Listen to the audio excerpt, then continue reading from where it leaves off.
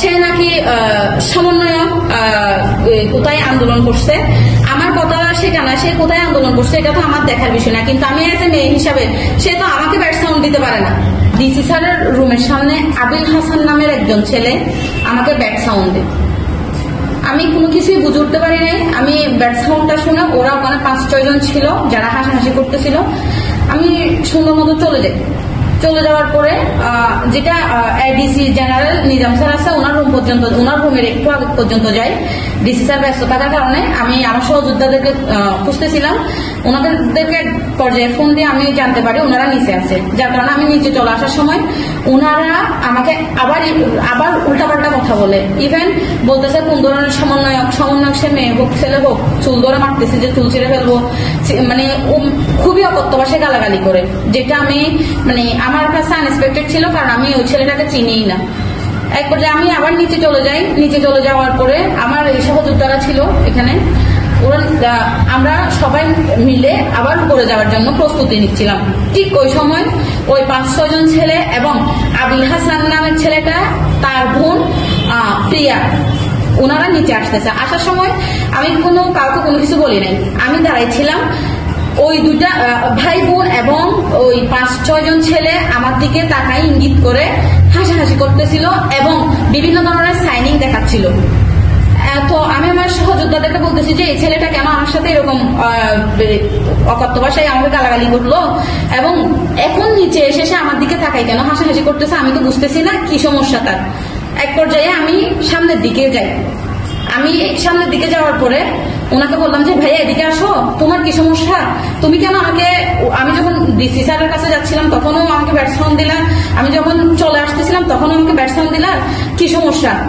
তো তোমার যদি কোনো সমস্যা থেকে থাকে তুমি আমাকে বলো, আমি কি কোনো অন্যায় করছি তুমি আমাকে বলো, কিন্তু তুমি তো আমাকে এভাবে ব্যাট সাউন্ড দিতে পারো না। তো আমি আমাদের একটা সিনিয়র ভাই আছে, আমি ওনার নাম বলছি, আমি বলছি তুমি ভাইয়া থেকে জিজ্ঞেস করো আমি মেয়েটা কেমন, তুমি তো আমাকে এভাবে ব্যাট সাউন্ড দিতে পারো না, আমি তো একটা মেয়ে, আপনার ভাই থেকে একটা বার জিজ্ঞেস করেন আপনার ভাই আমাকে ব্যাট সাউন্ড দিছে কিনা।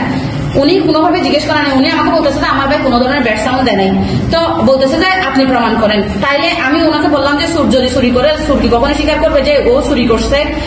তো আমি বলতেছি যে আপনি ওর থেকে জিজ্ঞেস করেন, আপনারা চাইলে যদি ডিসি অফিসে সিসিটিভি ফুটেজ থাকে আপনারা ওখান থেকে কালেক্ট করতে পারেন, তার যদি সাউন্ড শোনাও না যায় কিন্তু তাদের অঙ্গভঙ্গিগুলো তো ওখানে দেখা যাবে, আপনারা ওখান থেকে সিসিটিভি ফুটেজ কালেক্ট করতে পারেন।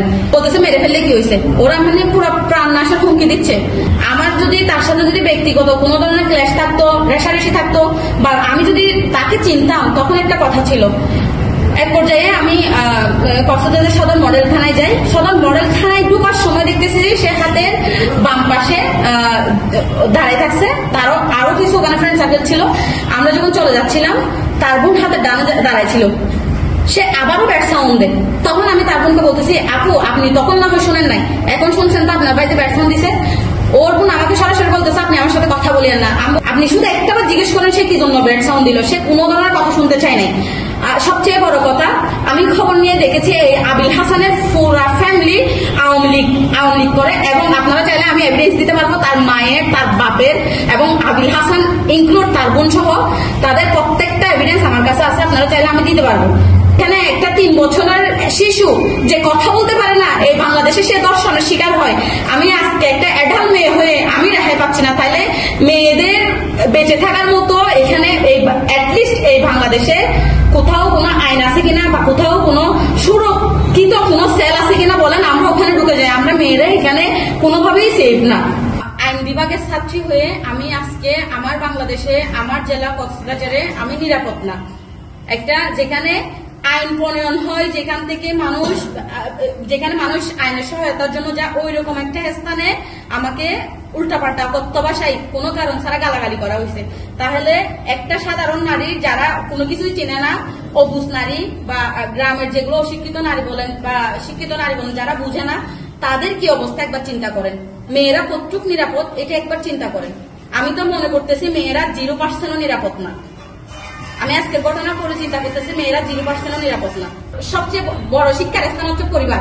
প্রাথমিক শিক্ষার স্থান হচ্ছে পরিবার। এখন পরিবারের পরিজনরা যদি এই ধরনের উল্টাপাল্টা বিহেভ করে, বিচার দিতে গেলে যদি উল্টা মারতে তেড়ে আসে, তাহলে আমরা যাবো কোথায়?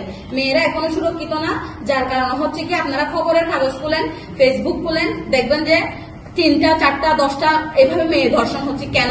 এগুলো আমি মনে করবো যে পারিবারিক শিক্ষার অভাব এবং নীতি নৈতিকতার অভাব। এবং বাংলাদেশের যে আইন আছে, আমি চাচ্ছি তারে দ্রুত, আপনাদের সবার কাছে আমার আকুল আবেদন, ওরা যেন আইনের আমি নিজে বিচার চাচ্ছি। এখন আমি আইনের প্রতি শ্রদ্ধাশীল, আমি একজন আইনের স্টুডেন্ট। ওকে, আপনারা দেখছেন, আপনারা যাচাই বাছাই করেন, কি করা যায় আপনারা বলেন। আমি সবার কাছে এটার বিচার চাচ্ছি। এটার বিষয়ে অলরেডি আমার ফ্যামিলি থেকে ইয়া করা হয়েছে, আমার সহযোদ্ধারাও চাচ্ছে, আমার ফ্যামিলি এবং আমি চাচ্ছি এটার বিষয়ে আমরা মামলা করব। এখানে আমাদের চিন্তায় সমাজের জন্য কিছু করা, সেখানে সমাজে যদি আমরা লাঞ্ছিত হই, সমাজ যদি আমাদের মেয়েদের, যেখানে আমরা বাকি 10টা মেয়ের নিরাপত্তা দিব বলে নিজেদেরকে সেভাবে তৈরি করার চেষ্টা করছি, সেখানে আমরাই যদি নিরাপত্তাহীনতায় ভুগি, আমাদেরকে যদি লাঞ্ছিত করা হয়, তাহলে আসলে আমাদের কিছু বলার থাকে না। সবাই মোটামুটি আমরা শালীন পোশাক পরে এখানে বসে আছি। যদি শালীন পোশাক পরে বসে থাকার পরও আমাদেরকে লাঞ্ছিত করা হয়, আমাদেরকে উত্তপ্ত করা হয়, আমাদেরকে খারাপ ভাষায় আমাদের সাথে আচরণ করা হয়, তাও আবার বিনা কারণে, তাহলে আপনারা কিভাবে আশা করছেন যে যারা এই কাজগুলো করে তারা পোশাক যদি শালীন না হয় তাও এই আচরণ করবে না? যে আসল সমস্যা আমাদের পুরুষ সমাজের মন মানসিকতা। আমি জানি না এটা উদ্দেশ্য প্রণোদিত ভাবে করা কোনো কাজ কিনা, তবে এইটুকু বলতে পারি আজকে যেটা হয়েছে আমার সহযোদ্ধা বোনের সাথে, সেটার জন্য আমরা আসলে আমাদের জায়গা থেকে যত দূর সম্ভব আমরা সোচ্চার হব। আমরা জানিয়ে দিতে চাই যে মেয়েরা অবহেলিত না, মেয়েরা নিজেদের অন্ততপক্ষে মান সম্মান রক্ষা করার জন্য হলেও তারা সর্বোচ্চ চেষ্টা করবে, এবং মেয়ে হিসেবে আমার সহযোদ্ধার পাশে আমরা প্রত্যেকে আছি। যারা এই কাজগুলো করছে, প্রতিনিয়ত যারা এই ঘটনাগুলো ঘটাচ্ছে, তাদের প্রত্যেককে আইনের আওতায় আনতে হবে। এবং আজকে বিশেষ করে আমার সহযোদ্ধার সাথে যিনি এই ঘটনাটা ঘটিয়েছেন, সে কেন, কি কারণে করেছেন, এটা তাকে জবাবদিহিতা করতে হবে। এবং এইটার কারণে তার যতটুকু শাস্তি পাওয়া দরকার বা যতটুকু শাস্তি আইনতভাবে তার পাওয়ার কথা, ততটুকু শাস্তি তাকে পেতে হবে। এবং আমরা যদি এটা যথাযথ বিচার না হয়, এখানে যারা মেয়েরা আছি, আমরা নারীরা আছি, আমরা নারী সমাজ নিজেদের জায়গা থেকে সর্বোচ্চ আমরা কঠোর অবস্থান নেব।